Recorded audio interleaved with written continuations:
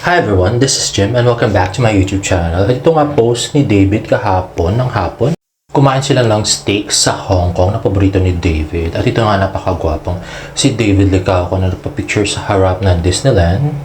At may ganyan nga picture si Barbie na kinalek ng mga friends natin sa Twitter. Okay, next naman ay ito, Sunset in Hong Kong na pinost din ni David. So, magkakasama, photo dump ang ginawa ni David Licauco. Ayan, parang kasama niya yung, si Tita Eden yata yun. Kumain sila ng steak sa Hong Kong. At ito si Tito Jack at si Tita Eden. At ito, nang nakapila, kung saan sila pipila, ito, nagpunta siya sa bookstore.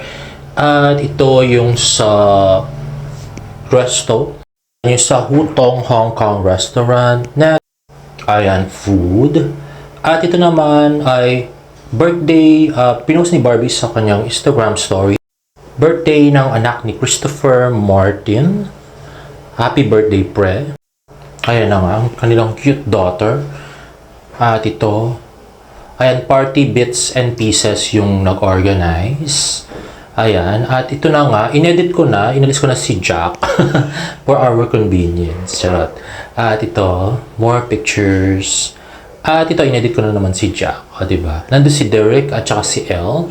At ito naman ay pinost ni Jonah Pignote. 24 oras to kagabi, nag-comment si Barbie at saka si David tungkol sa pagkaroon ng 22 million views ng Maria Clara Tibara sa Netflix. Let's watch this. Thank you so much po sa lahat ng sumuporta at sumusuporta hanggang ngayon sa Maria Clara Tibara sa Netflix Philippines. Hi mga kapuso, it's David Licauco. I just want to say thank you so much sa 22 million hour views on Netflix ng Maria Clara Tibara. We truly appreciate your support and sana makaabot tayo ng 1 billion hour views. Merry Christmas! 1 billion daw views. Asa pa kayo? Flex niyo yung mga jowa nyo para maka 1 billion kayo. Mga buwisit kayo. Charot. At ito na nga, nag-TikTok live si James kagabi sa TikTok. At ito, sabi niya, kahapon pa raw sila umuwi, 26, alas 2 ng madaling araw. At kasama nga si David na umuwi na. So, unfortunately, hindi ko na-record yung actual na sinabi niyang yun. Ito mga sinasabi niya dito ay hindi na related. Anyway, cute pa rin si James naman. At next, ayun na nga, pinost na yan ni David yung window ng kanyang condo na nakauwi na siya ng Pilipinas kahapon. At next nga ay kinoment ng mga fina-follow ko sa Twitter. Sabi ni POB ko, dapat may mag-forward nito kay Barbie Fortesa. Pinagmukha siyang tanga ni Jack Roberto. Obvious from the words of Aba Mendez, naging unfaithful si Jack kay Barbie. Sana may magsabi sa family ni Barbie, he's not worth her time. Maraming ibang guys. So ito yung statement. Let's read this. Lumalabas na interview ni Aba Mendez about what happened between her and Jack Roberto. Absuelto ba si Jack? Of course not. A boyfriend who goes drinking with other girls is red flag. He's putting himself intentionally in a tempting situation. You can't blame alcohol for that. That is intentional. Kasi kung faithful talaga si Jack, iwasan niya ang sitwasyon na makipag-inuman siya with any other girl other than his girlfriend. Tapos sinabi pa ni Aba, naging touchy si Jack sa kanya. Palusot lang yung with other girls. Of course, Aba Mendez will not disclose the whole truth. May career siyang pinoprotektahan. Pero ako, sa nangyari kapag lasing na si Jack. Pero ano ba at ang nangyari kapag lasing na si Jack? If a guy gets touchy with girls, maraming ang possibilities. Gamitin ng utak, Barbie. To Barbie, yes, that's your personal life, pero red flag ang long-time boyfriend mo. Nakakaawa kang tignan. Ang super faithful mo kay Jack, pero si Jack nang bababae. To touch a girl in any way is unfaithfulness. Getting drunk is not an excuse. O, diba? At ito ay isang video ng back hug. So, kinonsent naman ni, parang lalaki din yung binack hug niya. So, kung gwapo siguro yung guy, i-consent mo like David, ganyan. Pero kung pangit, no, baka hindi mo i-consent. Grabe. So, dahil siguro nagwapuan siya ng konti kay Jaco, kinonsent ni Aba, di ba? Grabe. At saka, yung Twitter world is on hit yesterday sa mga Barda fans kasi talagang kinocall out nila si Barbie sa mga nangyari. Kasi, di ba? So, ako naman, ito ang opinion ko, no? So, the back hug with Aba was done with consent. Kasi kung pangit yung guy, syempre sasabihin niya harassment yun. Baka suntukin ni Aba yung guy. Pero, sabi nga ni Aba, hindi niya naman close acquaintance yun. So, hindi niya naman close si Jack. So, acquaintance lang na nakikita niya saan sa mga party, ganon. So, bakit kailangan mag-backhug, di ba? Hindi man sila close pala. Tapos, bakit hindi yung guy friends nila yung hinag o sinandala ni Jack do sa elevator? Di ba? Mga galawang Hokage yun eh. Pangmanyakis, charat. Tapos may sinabi pa si Aba na parang sinandal yung ulo at parang inaamoy daw siya. Bakit si Aba yung inaamoy, di ba? Kahit na lasing yun, di ba? Dapat yung sinandal yung ulo niya sa mga guys, hindi sa isang girl din. Grabe.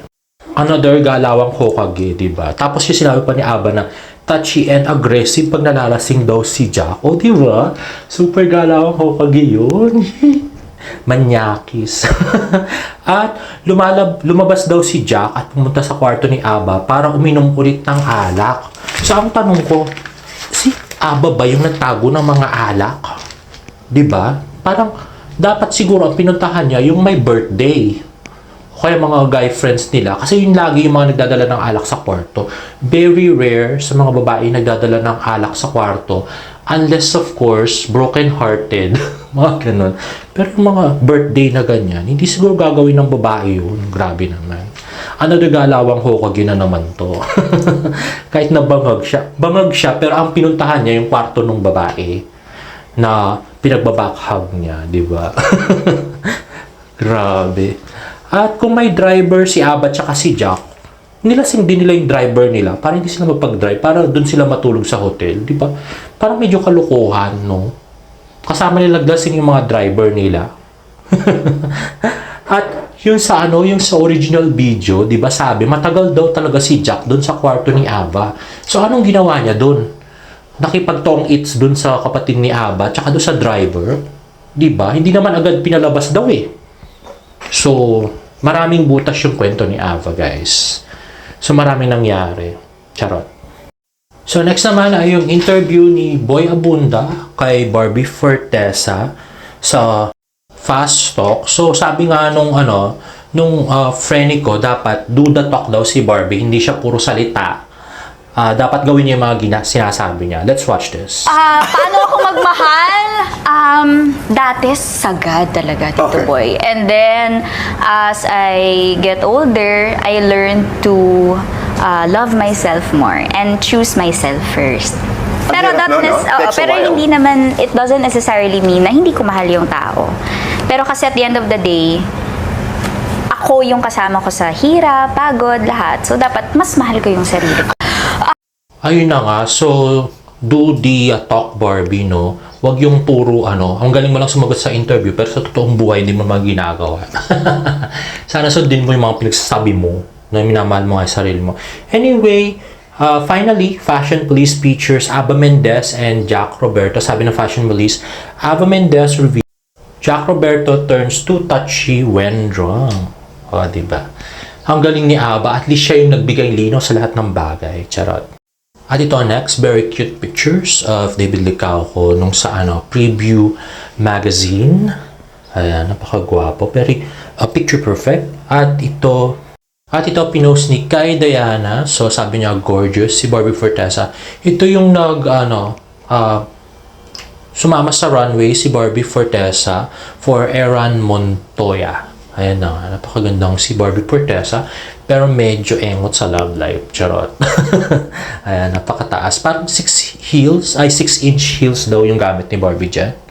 And this was actually posted yesterday. At the last picture is edited by our friend, si Cordelia, sa Twitter. So, fina-follow ko yung si Cordelia sa Twitter. Anyway, if you like this video, please give it a thumbs up and please subscribe to my YouTube channel for more Barda updates. Advance Happy New Year, guys! Bye!